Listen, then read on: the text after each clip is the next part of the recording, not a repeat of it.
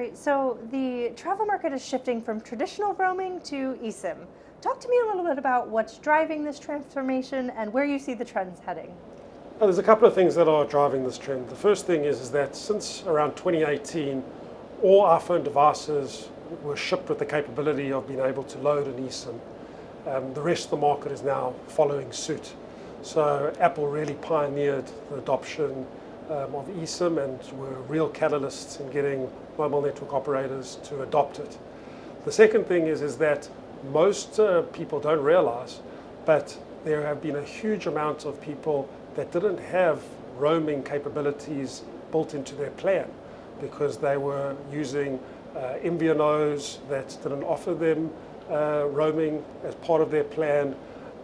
They were prepaid subscribers, so when they traveled outside of their country or their region, they didn't get that seamless experience that some enterprise or high ARPU types of customers receive. And then the last one is that a lot of customers were using SIM cards, buying SIM cards when they arrived in a new destination to be able to stay connected. So there's this whole category that mobile network operators have spoken about for a very long time called silent roamers.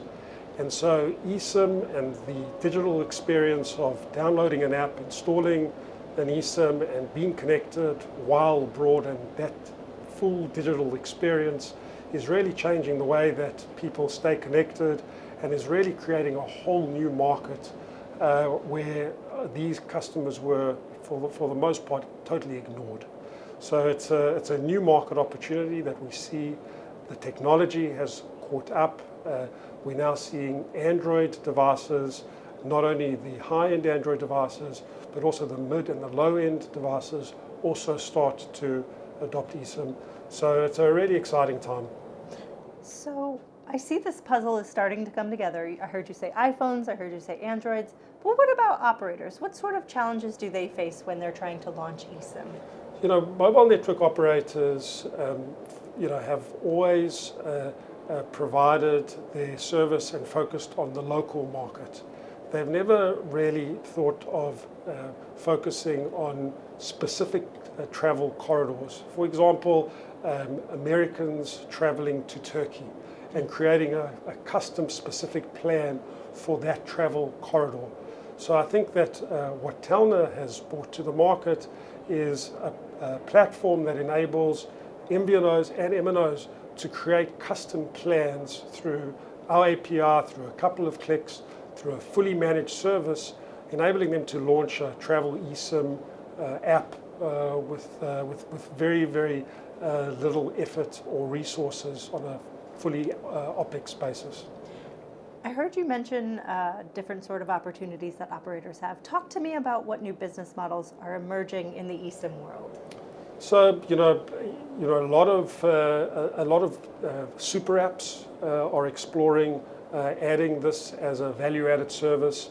So think about when you book your hotels and you get offered insurance. Now you'll be offered an eSIM. When you ride hail for a car through a ride-hailing service, wouldn't that be a perfect place to be offered an eSIM? They know exactly when you are on your way to the airport or you're at the airport and want to remain connected. When you are booking a car, wouldn't that be a perfect time to be able to purchase an eSIM? So there are huge opportunities for mobile network operators to penetrate new markets through channel distribution by collaborating with some of these apps that are now looking to become super apps, not only selling their core products, but are looking to become more of a marketplace.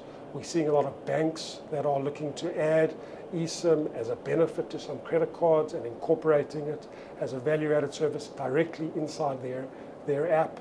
So there are huge opportunities to now monetize roaming, to engage travelers, to connect the unconnected in a way that it's totally digital and user-friendly. So talk to me a little bit about how Telna's approach to dynamic IMSI kind of impacts the global connectivity experience and travel eSIM experience. Yeah, so I mean, I think that for people that have used a travel eSIM, which is less than 25% of the market, the penetration is extremely low. So we are very, very early on in the adoption of eSIM. The experience might be that you download an eSIM for a specific country. Where we are moving is you'll have one eSIM that will be working globally.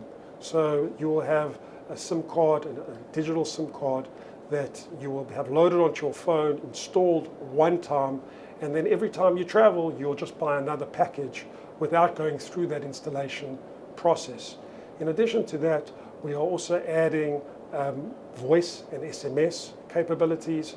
So you will be able to not only use high-speed data, because all of our data is localized, but also you will be able to make voice and SMS calls with a local number. Excellent. Thank you so much for your time.